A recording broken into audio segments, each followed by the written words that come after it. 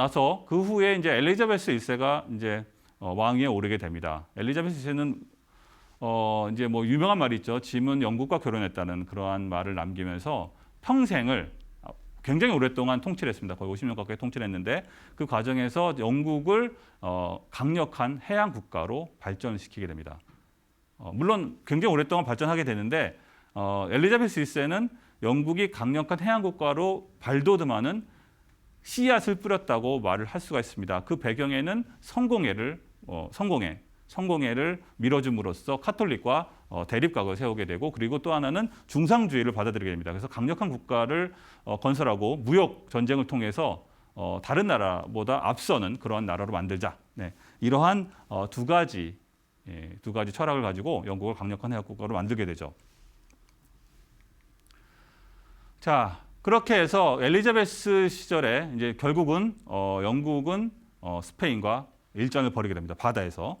저는 이 영국 스페인 해전을 바다에서의 종교 전쟁이라고 저는 그렇게 표현을 합니다. 이것은 명백한 종교적 갈등이었죠. 하지만 그 이면에는 바다에서의 패권, 또 이면에서는 무역 전쟁에서의 패권을 가리기 위한 그런 한판 승부였다 이렇게 볼 수가 있습니다. 그 중에 이제 가장 대표적인 유명한 해전이 바로 이 칼레 해전이었는데요. 칼레 해전이 이제 1588년에 일어났던 양쪽 영국과 스페인의 대규모 해전이었는데 이 해전에서 영국이 승리함으로써 전체적인 영국 스페인 해전의 이제 승패가 갈리게 됩니다. 갈리게 되는데 이때 이 칼레 해전을 승리로 이끈 영국의 영웅이 있었습니다. 그 사람이 이제 누구냐면은 바로 프란시스 드레이크입니다. 여러분이 혹시 이름을 들어봤는지 잘 모르겠지만 사실 이 프란시스 드레이크는 이제 경이죠. 나중에 썰이라는 칭호를 받아서 드레이크 경이 돼서 굉장히 유명하게 여러분 지금까지 알려져 있는데요. 사실 원래 프란시스 드레이크의 직업은 해적입니다. 해적이었죠. 그래서 당시 그 해적을 이제 해적선 업자들을 사략선이라고 부르게 되는데 사략선은 한마디로 원래 해적이에요. 원래 해적인데 정부가 권한을 줍니다.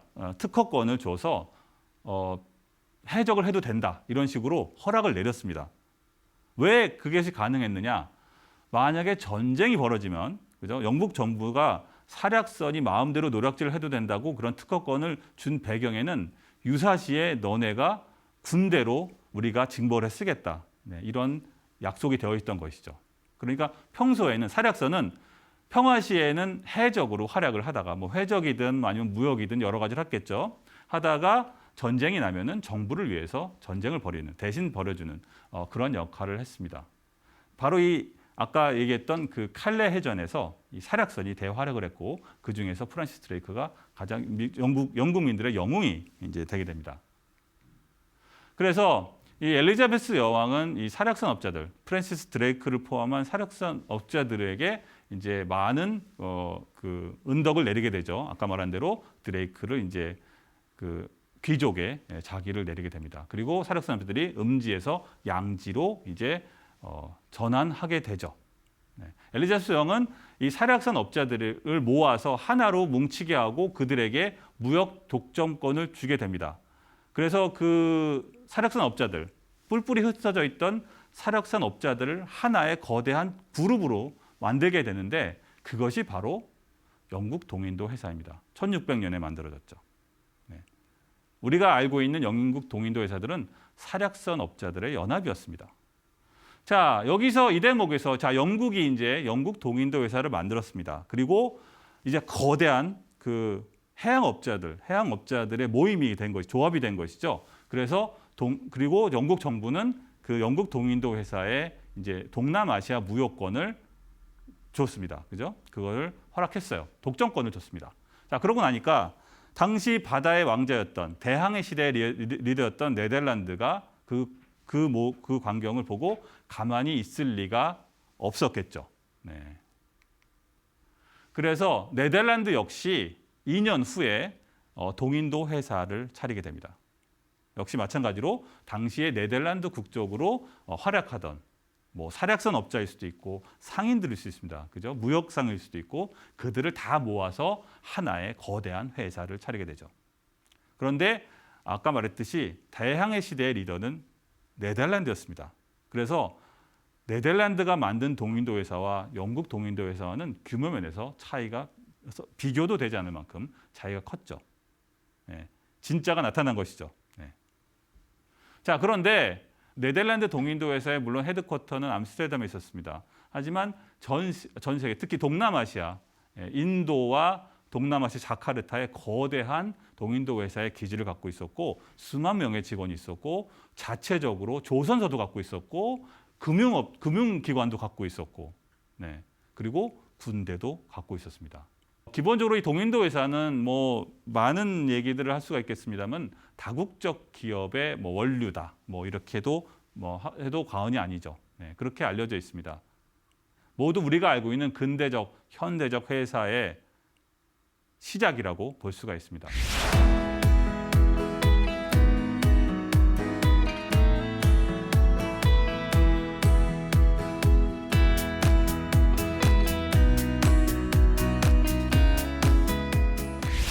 처음에 이 동인도 회사, 네덜란드 동인도 회사를 만들 때 어떠한 구조로 만들 거냐, 이 지배 구조가 매우 흥미롭습니다. 네.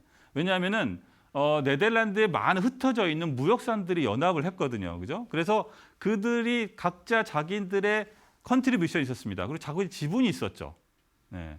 그래서 어느 하나의 특정한 소유자가 있는 게 아니라 많은 그 해양업자들이 모여서 조업을 만들었기 때문에 이 회사를 어떻게 하나의 회사로 만들 것이고 어떻게 운영할 것인지 소유권을 어떻게 할 것인지에 대한 많은 새로운 아이디어가 이제 나오게 됩니다.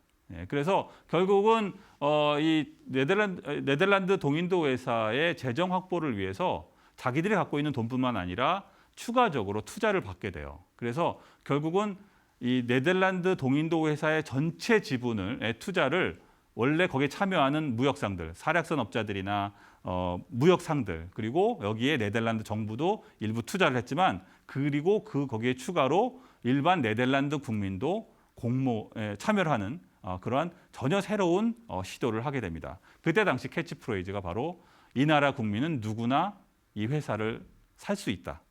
그래서 네덜란드 국민들이 이 네덜란드 동인도 회사의 지분을 구입을 하게 되죠. 최초 그렇게 해서 모은 돈이 당시 돈으로 650만 길더 정도 됩니다. 현재 뭐 평가는 많이 다르게 되는데 뭐 일설에는 대략 한 1억 유로 정도 된다 이렇게 알려져 있습니다. 당시에 처음에 시작할 때, 처음 네덜란드 동인도 회사를 처음 했을 때 시작할 때에 공모했던 주주 명단이 대략 1,143명으로 지금 남아 있습니다. 그리고 그 주식을 그 지분을 샀던 사람들에게는 그 사람들이 구매한 지분만큼 증서를 주게 됩니다. 네, 이렇게 증서를 발행을 하죠. 이게 바로 우리가 지금 잘 알고 있는 주식의 시작이 되는 것입니다. 자, 그런데 여기서 한 가지 이제 문제가 생겼습니다. 자, 1,133명이 처음에 자기의 지분을 투자해서 네덜란드 동인도 회사를 만들었어요. 그런데 어떤 사람은 그 주식을 계속 갖고서 지분에 대한 지분만큼의 그 돈을 받게 됩니다. 그죠? 배당을 받게 되죠. 배당을 받았는데 그렇지 않고 나는 이 주식을 미리 처분하고 싶어. 나는 돈이 많이 필요해서 많이 필요해 급하게. 그래서 이 지분을 처분하고 싶은 사람들이 생겨나기 시작했습니다. 그래서 이 주주들이 갖고 있던 이 주식을 매매하는 그러한 뭔가 어떤 새로운 장터를 하나 만들어야 되겠다. 그래서 만든 것이 바로 암스테르담 증권거래소입니다. 1609년에 처음 만들어졌죠. 그러니까 우리가 알고 있는 증권거래소는 처음에는 오직 이 네덜란드 동인도 회사 주식만을 거래하기 위해서 만들어진 거예요. 주식회사라는 것은 왜 만들어졌다? 바로 이 네덜란드 동인도 회사라는 회사를 출범하기 위해서 만들어진 제도가 주식회사였고 그리고 이 네덜란드 동인도 회사의 주식을 사고 팔기 위해서 만들어진 것이 증권거래소가 된 것이죠. 네, 모든 것의 시작은 바로 이 네덜란드 동인도 회사였던 것이죠. 자, 그렇게 해서 증권거래가 활발하게 진행이 되었습니다. 그리고 불과 50년 만에 우리가 현재 사용하고 있는 거의 모든 현대적인 금융기법들이 다 등장을 하게 돼요. 제가 뭐 거의 다 등장하다 그러는데 그 현대 금융기법들 그 당시에 이미 기록에 남아있는 현대적인 금융기법들이 무엇인지를 한번 쭉 보면은 아마 여러분 많이 놀라게 될 겁니다. 딜러 제도, 브로커, 공매도, 파생상품, 선물, 옵션, 마진 거래, 인덱스 거래까지. 네. 이렇게 현재 지금도 뭐 일반인들은 접근하기도 힘든 복잡한 이러한 금융 거래들이 지금 첨단 거래라고 하는 모든 이런 그 금융 거래들이 이미 17세기 중반, 1650년대에 이미 활발하게 암스테르담 증권거래에서 사용되었다는 것이죠. 그때 이미 다 나왔어요. 네.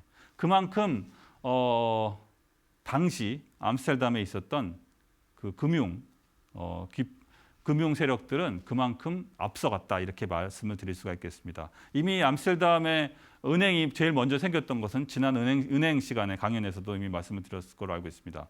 그야말로 암스테르담이라는 지역, 17세기 중반의 암스테르담 지역은 모든 것의 중심이었습니다. 특히 금융 쪽에서는. 그 빛이 있으면 어둠도 있죠. 그래서 암스테르담에서 그렇게 최첨단, 그러니까 지금 현재 금융 시장을 이해하는 그런 금융 세력들이 금융 시스템이 어떻게 돌아가는지를 너무나 잘 이해했기 때문에 그렇게 해서 결과적으로 나온 것이 바로 이 튤립 버블이죠. 네. 튤립 버블이 나온 것은 우연이 아니었던 것이죠. 그들은 이미 어떤 식으로 금융 시스템을 교란할 수 있는지도 다 알고 있었다고 볼 수가 있겠습니다. 이후에도 뭐 남해 버블이라든지 미시시피 버블이라든지 주기적으로 금융 사건들이 벌어지게 됩니다. 이미 17세기, 18세기에. 그리고 그와 유사한 그러한 금융 범죄들, 금융 범죄들이나 버블들이 지금도 똑같이 벌어지고 있죠. 네.